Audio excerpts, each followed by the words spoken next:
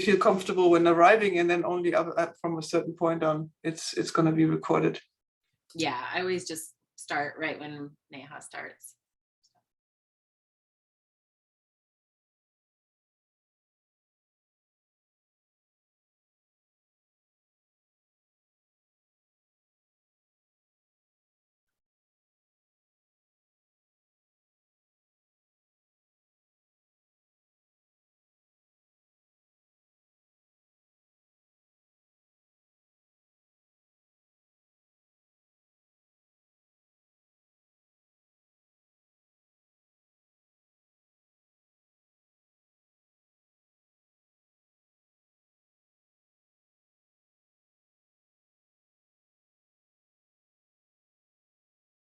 Hi, everybody. So good morning, good afternoon, good evening, and welcome to the EC meeting.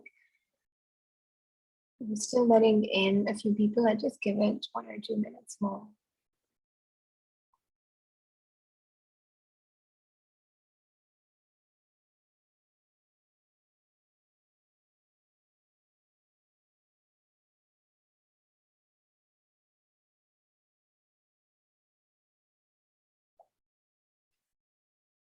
And Christy, you just shared the code of conduct, did you? Okay, so if you want to take a look in the chat, Christy's dropped the link to the code of conduct and the agenda.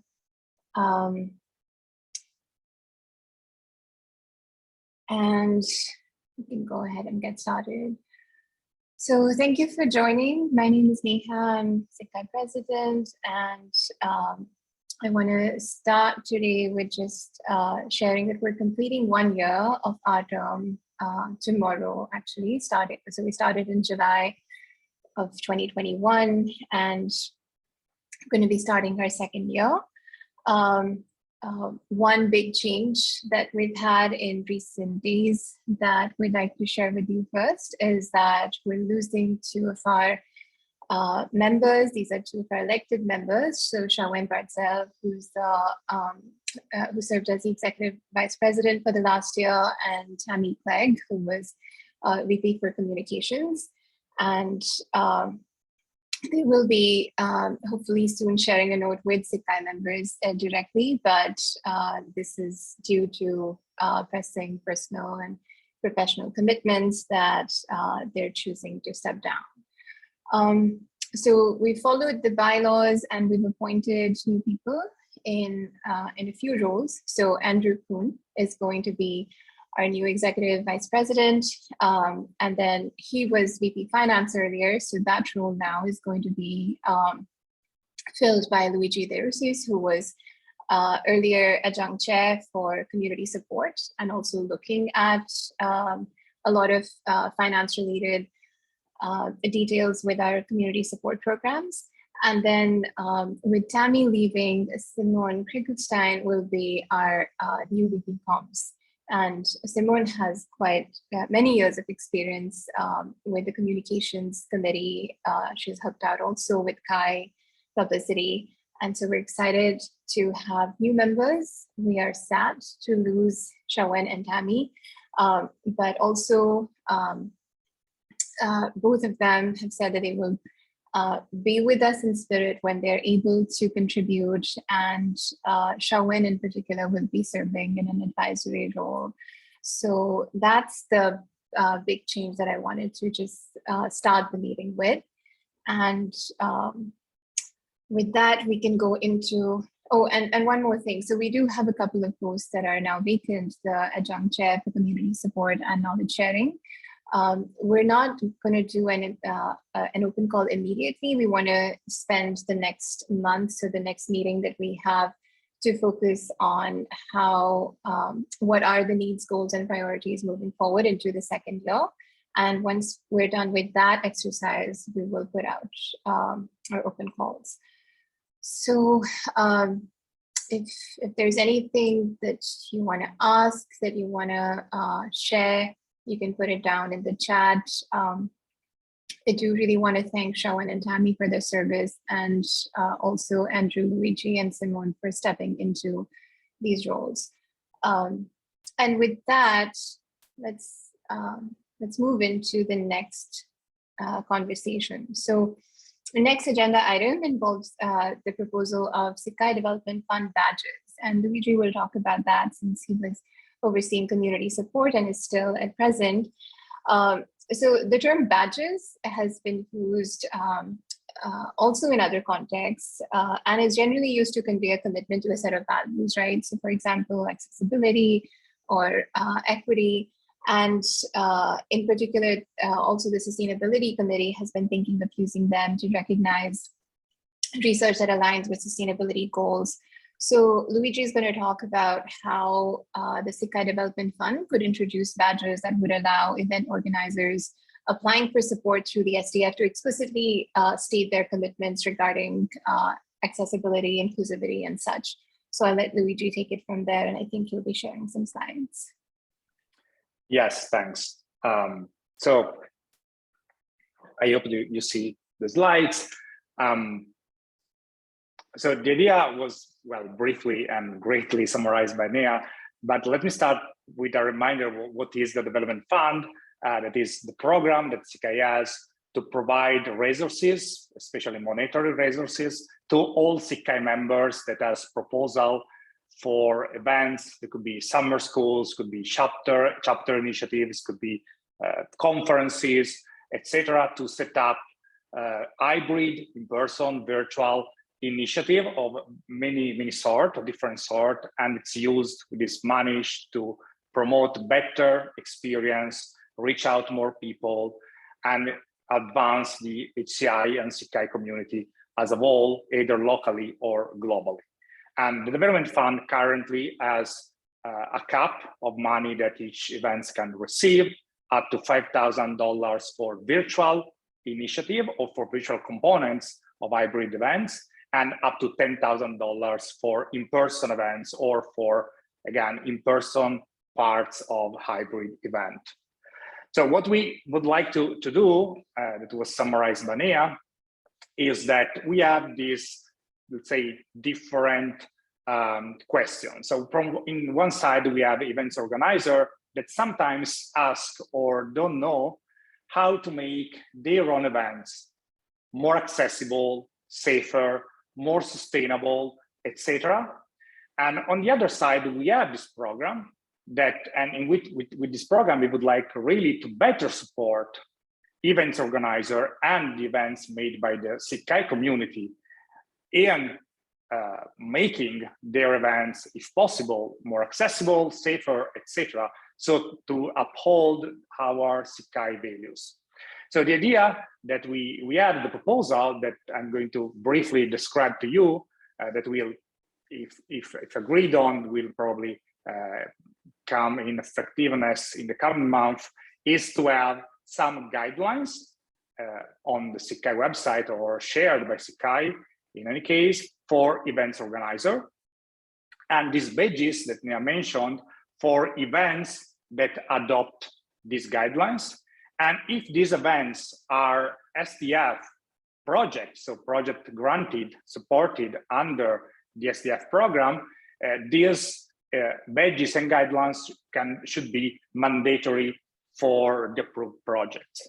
Mandatory, what means that the organizer of the events, when they will submit a proposal, will commit to follow one or more guidelines of their choice, and as a promise for the community, for their own community, for their participants of the events, and as a promise to be eligible for the Development Fund, with the same criteria, with same amount of cap of money that I mentioned before.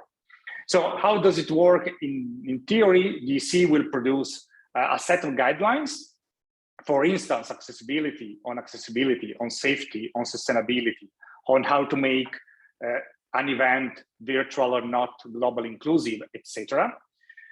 When an event fulfill any set of these guidelines, again, at their own choice under the SDF, it will have an associated badge, a button, an image, a link that can put on the website of the events alongside with the Sakai logo. And that will be a way to commit to explicitly publicly commit to one of these events. So we will produce this set of guidelines when an organizer will ask for money through the SDF. They will be asked to commit again to one or more of these guidelines at their own choice. And once funding is approved, at that point, the event will add the badge on the website, linking these guidelines as a way to recognize that they are following, they are trying, they're making their best at least to follow these guidelines into their own events. And again, the guidelines will be, the events organizer can pick the guidelines that they prefer, can pick just one or more than one as they prefer.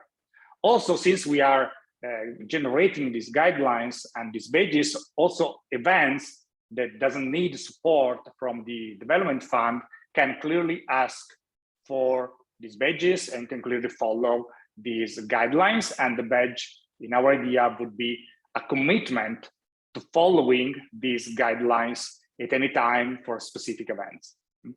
So this briefly is the proposal for adding these badges, this way of communicating a commitment towards following some guidelines with the hope to help events organizer to, again, having more accessible, safer, etc.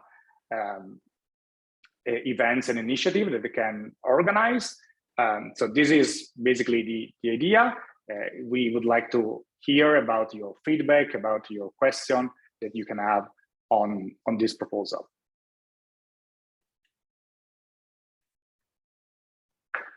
If you have any feedback, clearly, or question.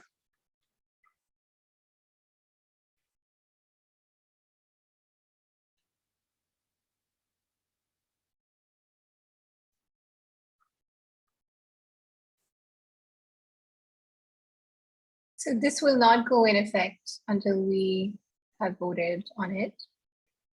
So if there are any specific considerations you want us to add to this, then we could do that before we vote on it and then incorporate it into the SDF.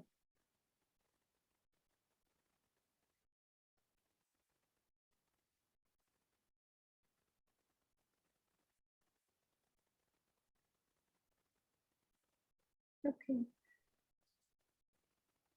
Maybe we can go on then to the next item. There is a question from Pranjal saying, what if the event doesn't have a badge? That means would that event will be still conducted even if that particular event does not get the badge? So if let's say, so in theory, what we would like to have is that if the events submit to the SDF and choose to, for instance, committing to following the accessibility guidelines, they will be asked to put the badge and the link to the accessibility guideline on their website, on the page of the event as a requirement for getting the fund. To actually getting the funds, since they committed to follow that for the SDF supported events, clearly. Other events can choose to use the badge and the guidelines or not. But I mean, most events or all events don't have badges at present, right? So they could continue doing what they're doing. This is just a way for events that are looking to signal this, or even just looking for what guidelines they should adopt to make it accessible, to make it safe and such. Okay. Thank you. Let's move on to the next item. So that's Matt, I think. Matt, you're going to go over your committee's plans for chapters.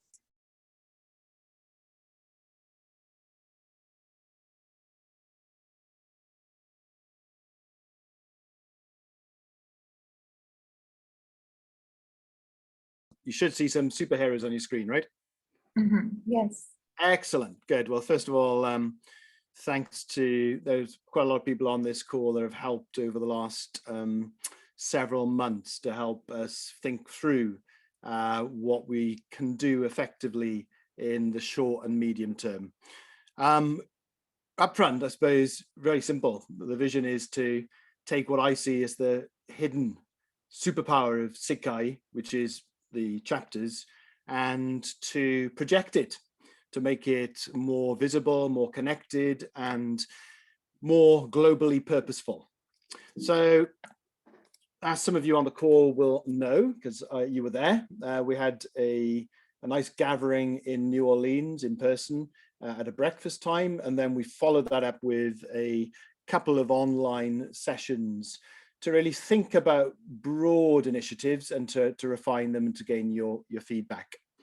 So what I'd like to do is, and it won't take 10 minutes, is to share with you what we hope to have achieved by October of this year.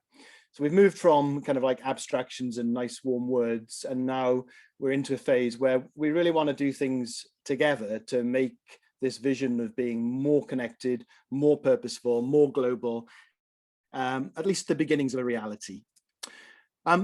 The initiatives, I've grouped them into two headings. The first is how we might enrich our connections, and the second is around capacity building.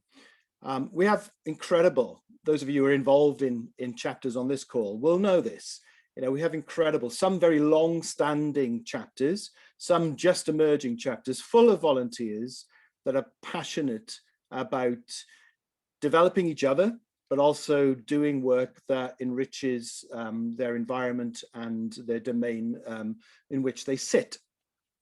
And what I hope we can do in the next several months together is to learn about that richness and to share those range of perspectives. Now, practically what we've proposed, and you'll need to look out for the calls for these, as you can see in several of the items, is firstly, we're hoping to have a fund which will allow people from one chapter in one area to connect and physically travel, if that's the best way of doing it, to another area in order to learn from each other's perspectives, learn from best practice, and build up future collaborations between those chapters. CHI has always had a kind of gathering, a breakfast for chapters. We're looking to spread that much further into other SIG-CHI events and conferences. And again, we'll be reaching out so people can say, look, we're going to be having this event. It could be CSCW, it could be WIST, whatever it is. Can we have some resource and support, some knowledge, whatever it is, to highlight within those diverse communities what chapters are doing across the globe. Some of you might remember a while back, SIG-CHI produced a series of banners showing all of the conferences that come under the SIG-CHI umbrella. And they were physically displayed in many conferences over a few years. That was a kind of brainchild of Aaron Quigley, I think. We're going to do something sort of similar. We're going to professionally produce digital banners. So digital artifacts that can be displayed obviously in conference venues, but also in many other places, locally and globally. So look out, we would love, if you're involved in the chapter, we'd love to see your chapter spotlighted, highlighted with a digital banner that could be pulled up in many different places over the next year or so. There are a couple of other things here. One is we're going to share knowledge and experience for chapters lecture series. So many of you in chapters have done this for the last 2 years, where you've had online pandemic enforced meetings, and you've brought in people from other chapters and from other perspectives.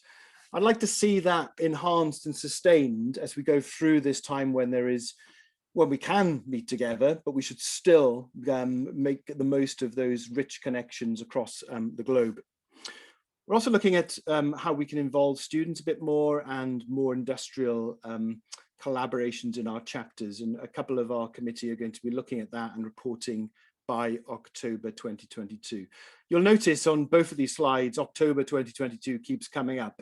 It's not because I'm predicting the end of the world at that point and everything's done. It's because I and the committee which I sit with are focused on doing real things within a kind of sprint time frame. And once we get to that point, we'll then move forward with everyone here to see what we can do from that point onwards.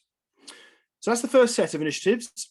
The other set is around, oh, I just said October. Look, I've got November 2022 now. See, we're all fallible. Capacity building. There are some resources out there, you'll know, and they're good, really. You know, there's a chapters in a box resource if you're trying to set up a chapter, but there's so much tacit knowledge out there, so many good examples of what chapters do in reality. And my colleagues on the chapters committee are going to survey that and distill that and produce, as well as written documentation, perhaps some video help that will encourage existing chapters to go further, but also to nurture people who are thinking about starting a chapter. And that leads me to the next initiative here. So I've called this a grow and nurture funding. What we really want to do is to go out to all of you and others in the community and say, we want to help you grow. We want to help you grow both in terms of numbers, perhaps, in your chapter, but also in the depth and perspective that you have in your chapter. How can we help you? And we'll have a funding resource to help there. On one level, it could be simply used to bring people to your chapter, to run a set of events in your chapter to nurture and train. But I think when we get to the core, we'll be pretty flexible because you know what will be the best way to use money and time to help grow your chapter. And we'll be seeking your thoughts and then apply funding as necessary. There are loads of chapters. That was one of the joys when I started. There are loads of chapters in our community, diverse chapters, amazing chapters. The chapters committee, I introduced to them last time on the call. They'll be working through all of the chapters over the next several months, just checking in on a one-to-one basis to introduce themselves, but also to learn what's really going on in chapters, and then to share that as best practice, but also to support. Some of you are running chapters, some of you have run chapters. You'll all know running chapters is a real kind of labor of love, and we so appreciate that. It takes time, it takes energy, and it's often unrecognized. I want to say we recognize it. We are so keen to support you through these initiatives. I said on our last chapters meeting that we will be meeting every month, and if you are not yet on the Slack channel, drop me a note, either my own personal email address, which you can find online, or the VP chapters address, and I'll add you to that Slack. We'll be meeting every month for about 45 minutes like this, so you can hold us accountable for the initiatives. You can suggest new initiatives, and we can work together to really do what I think we're at a really timely moment, I think, for chapters where we can, because of the pandemic, continue to be together, to be more purposeful, to be more visible, and then bring what we all know are the benefits of SIGCHI to a much broader set of communities. I just typed that in when I was listening to Luigi, the last point at the bottom. Although SIGCHI has put budget items this year for the initiatives I've just talked about, the development fund is also very, very relevant to chapters. So although I've listed initiatives, please do not be limited by my imagination, okay? We will thrive as a together purposeful community. So if there are other things you feel we could be doing as a chapters group or a SIGCHI, then you can drop me or any of my colleagues on the committee. You can see all the committee on the webpage. With that, I shall take a breath, let it out, and happy to answer or clarify and certainly take notes of anything else that you feel that we should be thinking of.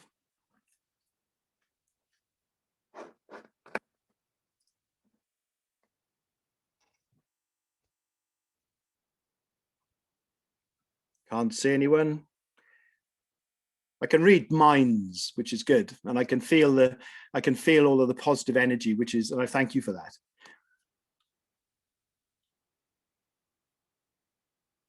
Thank you, Mark. Those of you who don't know, Mark is one of the chapter's committee members. So I'll take that as it should be taken, Mark.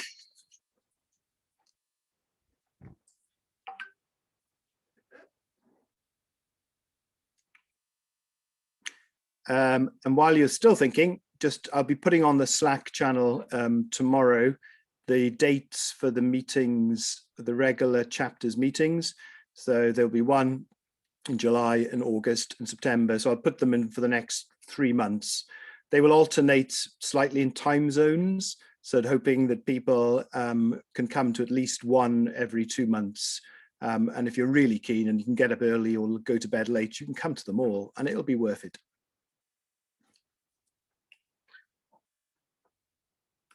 Thank you, Matt. One thing that had struck me earlier, and maybe we need a comms push around this, is just inviting people to the chapter Slack, because I don't think we have all of the chapters represented there.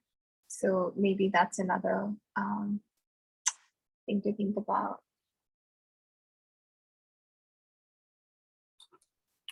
And also from the communication perspective, could we also use Sakai LinkedIn page to advertise different events? We have Twitter, Facebook, LinkedIn event page would be another good resource to use. Yeah, and if you wanted to check in with Simone about this, feel free to, but yeah.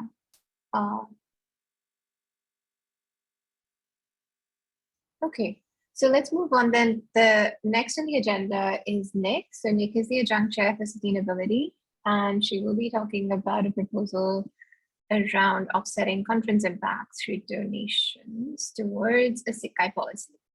So go ahead, Nick.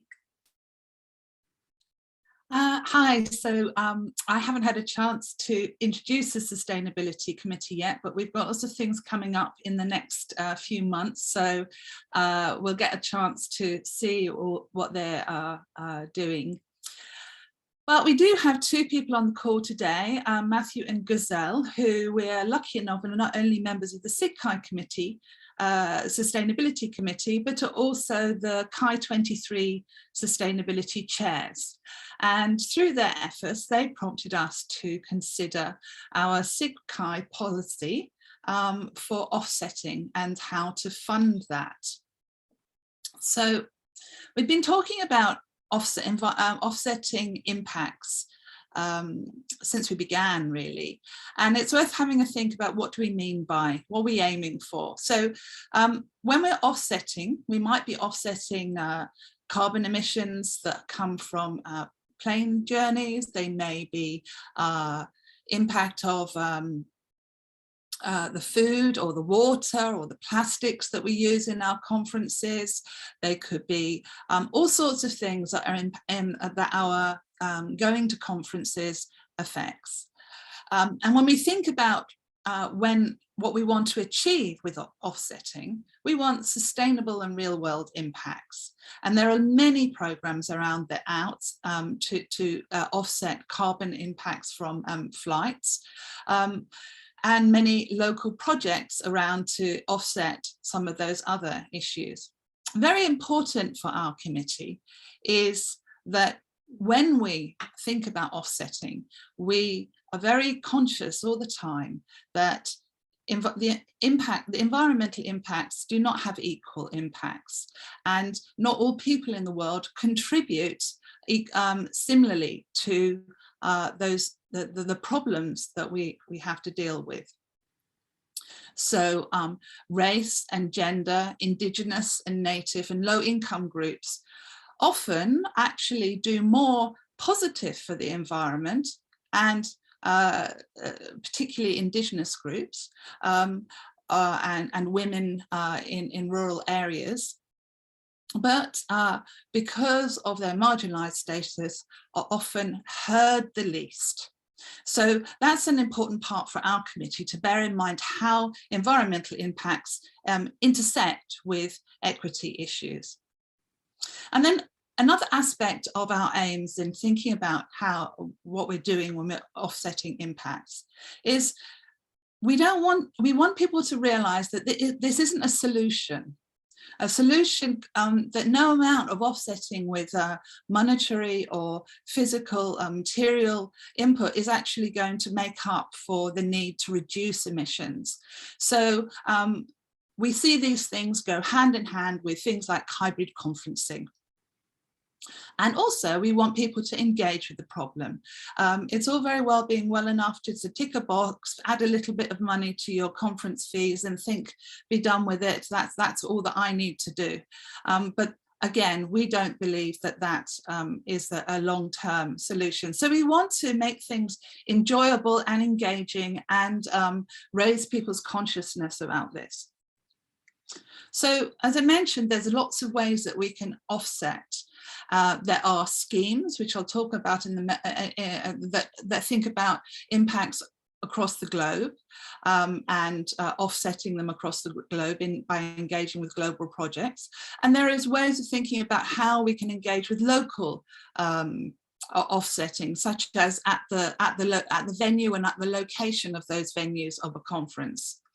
So you'll see there that I mentioned that Acm has a offsetting program, and the prior to this EC, this had been discussed, but no policy about the Acm program had been derived yet. And so this is what this introduction is about, is how do we go towards a SIGCHI policy with respect to the Acm, or in fact any other kind of offsetting. Oops. So the Acm Offset Program works with a institution called Cool Effect, which is like a portal which connects with global projects around the world, and which are doing all sorts of very interesting offsetting projects. It takes quite a minimal fee, which mostly goes into research and connecting with those organizations.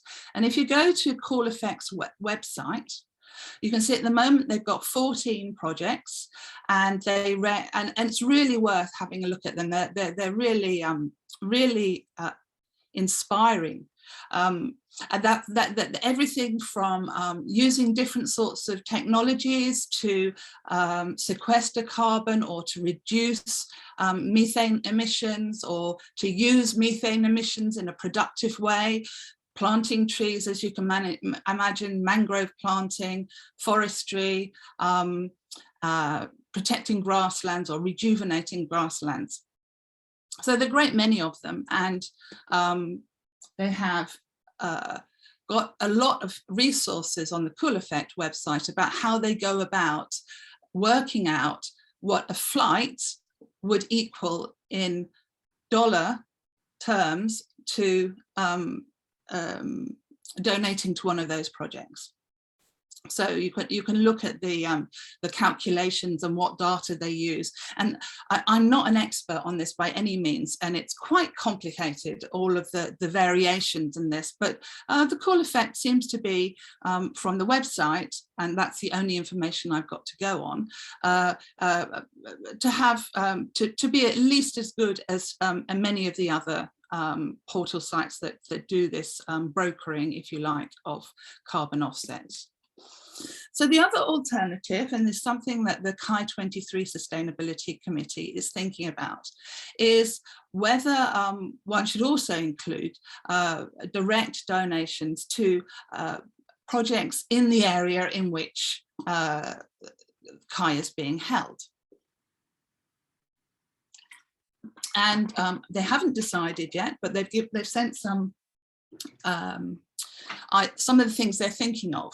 So they're looking at how Hamburg, for example, is part of a city's alliance for carbon offsetting. They're also looking at particular projects, such as this interesting one about getting fish down the Elbe to make up for construction and problems that have affected fish populations there. Some artistic projects, such as these Green Roof project, which is really quite inspiring, where they're planting all over the roofs of Hamburg, and then some other local city tree planting projects. So these are the ones they're just looking at. I don't think they made any decision yet, and they can certainly let us know about that on this call if they want to add in. So now we come to, well, how is this funded? Well, the ACM program has 3 options by which conferences can fund into the Cool Effects program. But for every SIG has to decide only one of those options. It doesn't have, not every conference under SIGCHI has to participate in this program. That's up to the conference in discussion with SIGCHI. But the way that the funding is done is something that has to be the same for all of the conferences that we would support. So in those options, we have, I'll go through each of those options very quickly so you can see that they're quite different. First of all, there's a checkbox option, which is basically attendees make their own contribution. They can use a carbon offset calculator to decide how much they want to contribute, and then that will come up on their registration form for tax on the invoicing, so they can use it for their on the receipt, so they can use it for tax claims. And that can be done in 1 or 2 ways. If the conference is using the conference event organizer that CHI usually use or used last year, then it goes directly through the ACM. If it doesn't use that, then the conference organizers themselves have to get all of that information, which it then sends directly to Cool Effect. And the other 2 options are raising registration fees, and then an amount that the conference budget adds in based on the number of attendees. And for those, this would be an opt-in, opt-out for the people who are coming to the conference. So for example, if they're not flying, if they're just coming down the road, they might decide that they don't want to contribute or for the conference to contribute on behalf. So the ACM has some recommendations. It says that the SIG can cover option 2 from its own fund balances, if that's something it wants to do for whichever conferences it's going to support in this way. And it also gives some indications about how much conference registration fees should go up, depending on how much flight and how long flights are involved. So that's to give you a flavour of what things are. As I said, SIGCHI doesn't have a policy on this yet, but the CHI 23 committee would like to start moving forward on this. And so we've suggested that based on how the sort of the ideas of CHI 23, that will help inform us about voting on which, if any, of the ACM options that we would take. So I'm interested to see your ideas. If Gazelle and Matthew would like to add anything, you are, of course, very welcome, since it's you two that have prompted this discussion. I mean, you pretty much covered it, but I would say that the only addition would be that the local Hamburg offset programs, we're still in the process of finding points of contact for those programs. And once we kind of make contact with the green network in Hamburg, there may be additional options that don't have as much of an online presence. So there may be additional programs that we might be able to add to the list if we decide to go with a donate to the project you care about most option.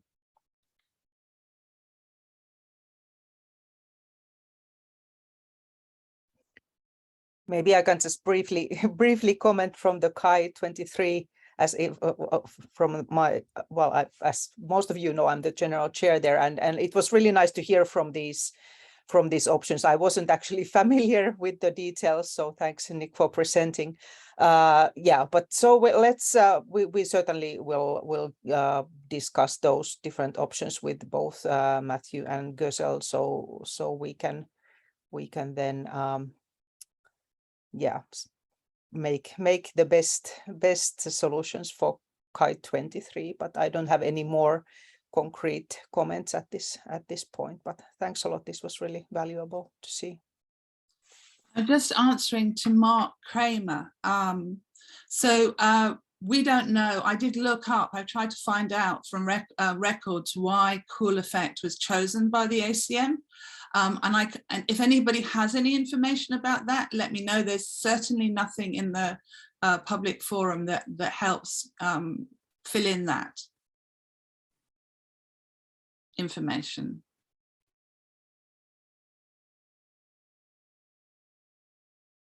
To that, Meg, I could find out from the SIG governing board as to why they picked it. Maybe they would know. Chat has a question. Yes, just one additional comment that I would like to make everyone aware that in some universities, there are also the policy to offset the carbon internally. So when you book a flight to conference or anything, researchers might already have to pay to that internal university scheme to compensate for the carbon footprint. Now, if any of the scheme that SIGCHI will decide, if it will be a compulsory scheme that could incur the cost such that the researchers actually pay twice to compensate for the carbon footprint. Now we know that like getting to carbon zero or negative as soon as possible is great, but also the cost that we pay for flight and conferences also come from research funding. So I would suggest to have any scheme to allow people who already pay for carbon compensation in their university to be able to opt out of redundant compensation as well. Yes, so thank you for that. Yes, chat. The ACM guidelines actually do indicate that. So the first option would be voluntary by participants, and the other two options are if it's paid by the conference funds or by increased registration fee. There is a guidelines about what needs to go on the website, and that has to include another organization is paying for my offsets in another way. So yes, thank you for that. Thank you. Okay, so maybe we can move on. Is that okay? Mark has a comment. The only reason I ask is that the ACM is almost as old as the United Nations. So wouldn't it be interesting to align with the United Nations carbon offset platform?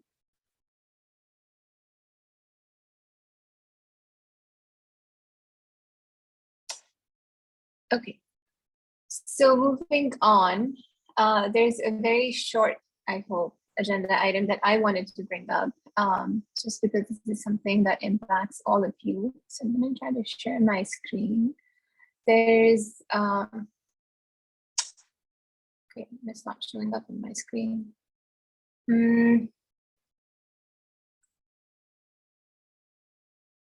All right. So this is about the Acm Tech news, the SIGCHI edition. And it goes out to all members of SIGCHI. I think it actually goes out to a much larger group because the number of recipients is 5,000 and above.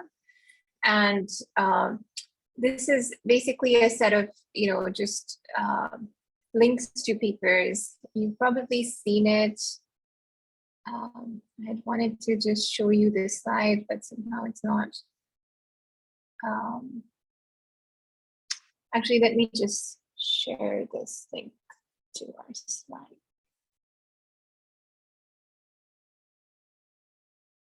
Okay. So if you see the screen, it'll show you that there's the Acm Tech News SIGCHI edition. This is what it looks like. And then below that, if you, and so the question really is, should we keep it? Should we change it? Should we scrap it? What are your thoughts? And then below that, you see the numbers on it, which I just got today from the ACM. So it tells you that the number of recipients has been 5,000 and above. And you can see the bounces, opens, open percentage, clickers, percentage, and then clicks. And so the numbers aren't that high. I mean, 200 and so clicks with 5,000 recipients. It also tells you the calendar of events, so what conferences are coming up, and that's about it. So if you recognize this, curious to know if you have any experience around checking it out, what you think we could do instead. Should we get rid of it? It doesn't really cost us anything, but it's also not something that we've been really updating.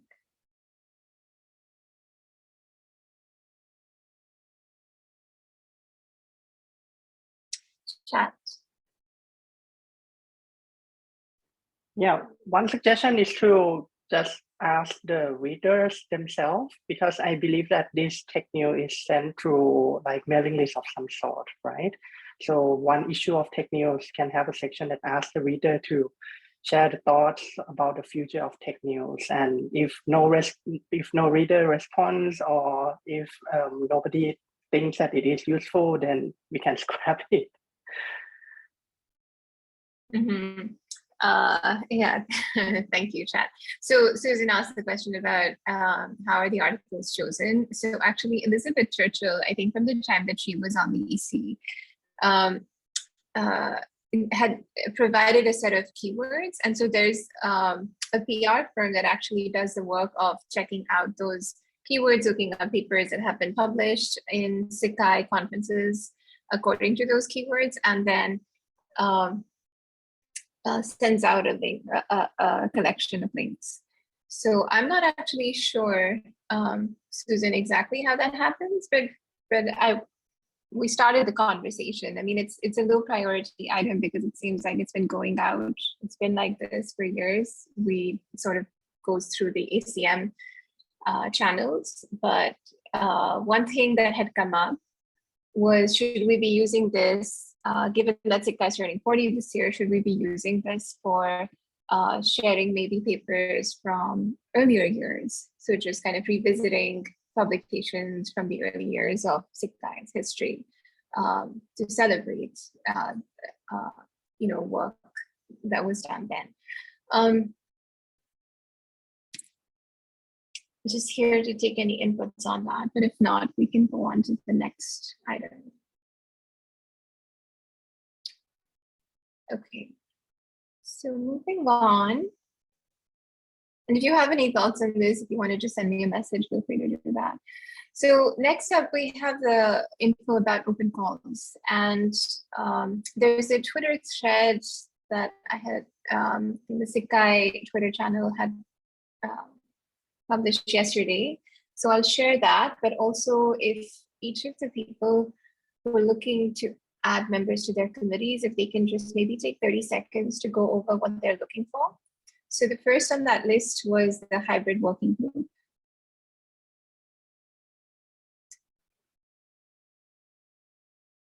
So Adriana, would you? I guess we have two people. Yeah, so hybrid working group is meant to think about hybrid and hybrid solutions and follow up on experiments and trials that conferences have done. And finally, end up with guidelines and ways to help conferences go hybrid when they so desire. So we're looking for people excited about this and who have tried something. Maybe they've tried something at their conferences, they've had some experiences with hybrid and or virtual that they can share or organized. And so that's basically it. Maybe Susanne has something she wants to add.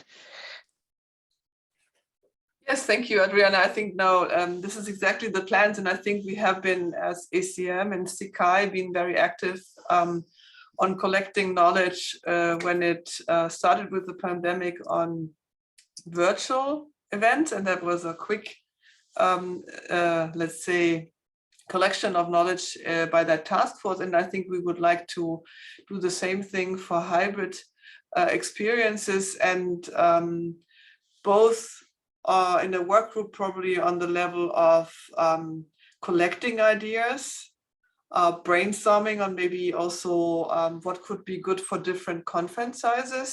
And in the end, relieving some of the future conference organizers from having to think everything through by themselves, but getting some guidance, getting previous experiences, maybe at the end, get some kind of a tool set that people can rely on, because we all have been experienced that it's a huge amount of effort.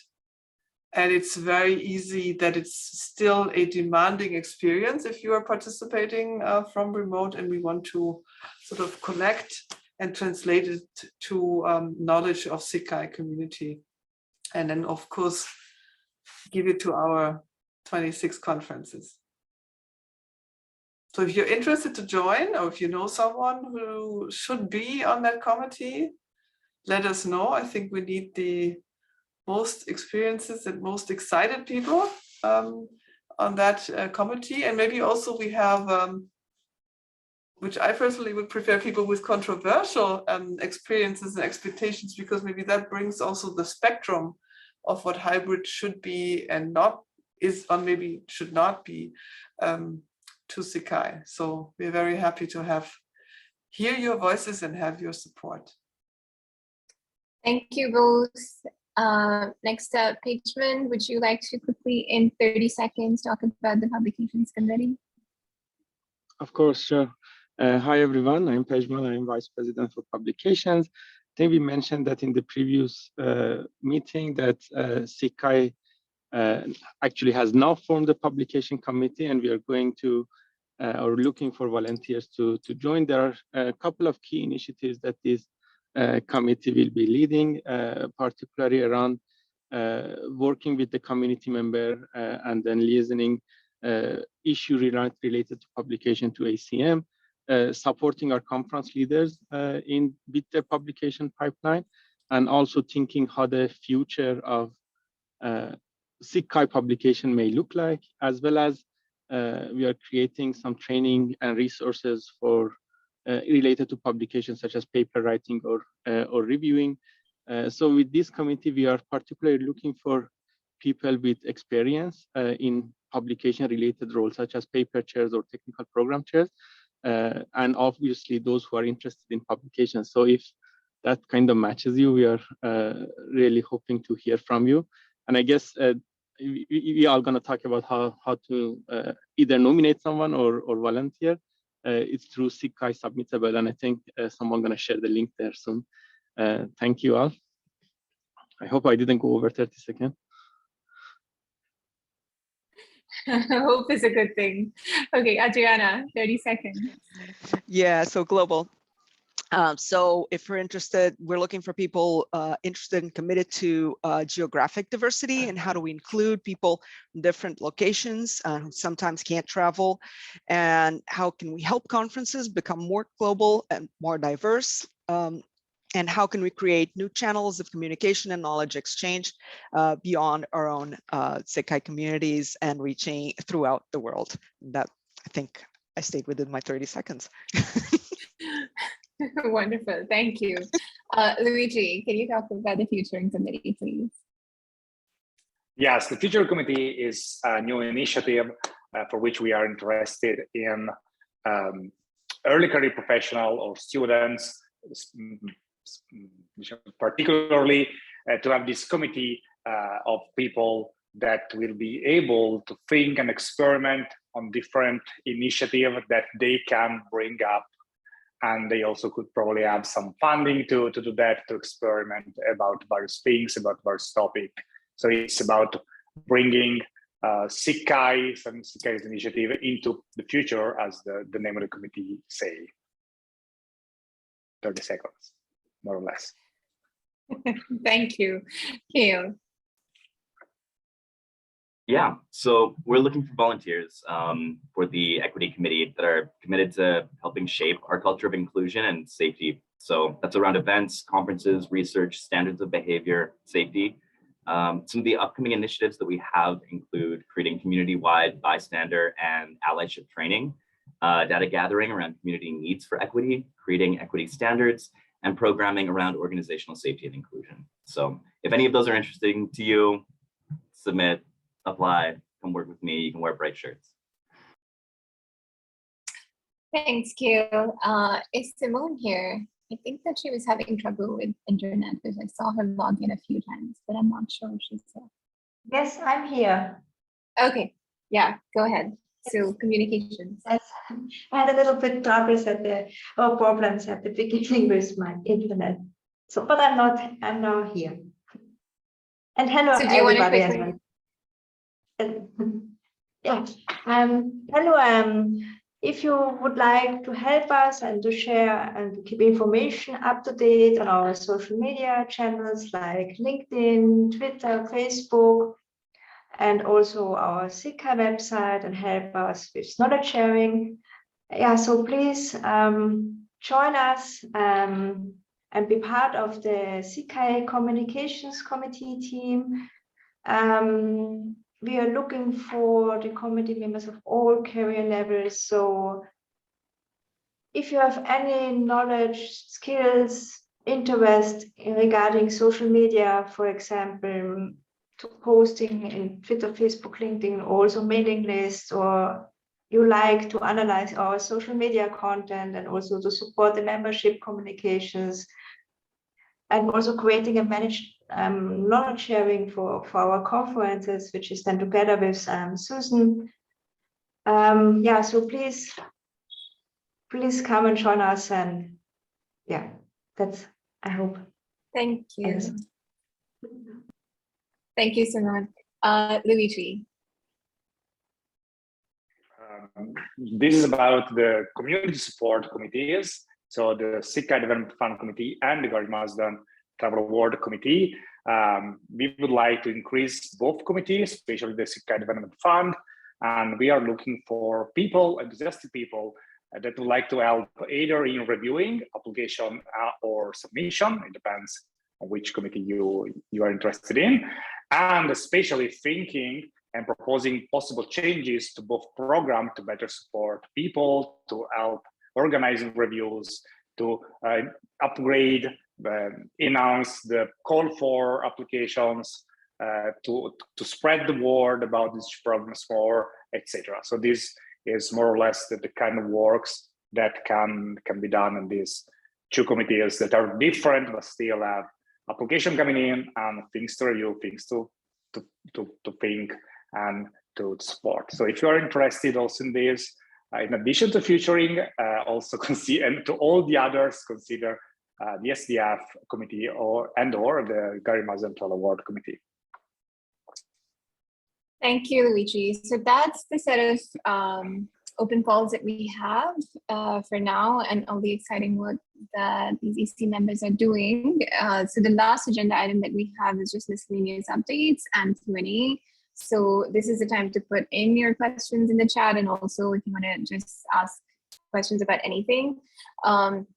Quick updates include, so firstly, the CHI Steering Committee has its annual open call for CHI leadership and for membership of the CHI Steering Committee. And they've added a blog post to our Medium. This is also out in the comms channels. I'll share a link in just a second. But this is, if you're interested in looking at volunteering for CHI leadership roles, then this would be a good call to fill out. And there are 2 membership updates. Naomi, I don't know if you would like to mention them quickly, because you're the one who's been doing all the work for this. So firstly, about Tokai. Hello, can you hear me? Yes. I was not prepared for this one. We are going to have like the Tokai, the journal, as one of our membership benefits. If you're a Zika member, you now have access to the Tokai journal. the other, I think that's it for now. We're Yeah. Well, Yeah. also that from July 1st, we have new Sakai membership rates. Yes. So if that's just, maybe all of you are Sakai members, but if you have friends who are considering it, you can let them know that we've pretty much halved the Sakai membership rate. And we had mentioned this in January, but the rates are only applicable starting July 1st. The last item I had here as an update was really the set of meetings that Susanna, you've been doing as from the steering committee chairs council. And this is just to mention that we've been talking with conferences about guidelines around COVID safety, around hybridity. These are concerns that had come up in the previous call. And so we are working towards it with those who are steering committee chairs of all our 26 conferences and also general chairs in coming years. So that was it. Do we have questions about anything that we've talked about or anything else before we close?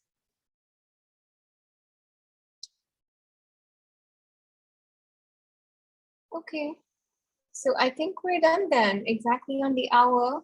Thank you so much for joining, and we will see you next month.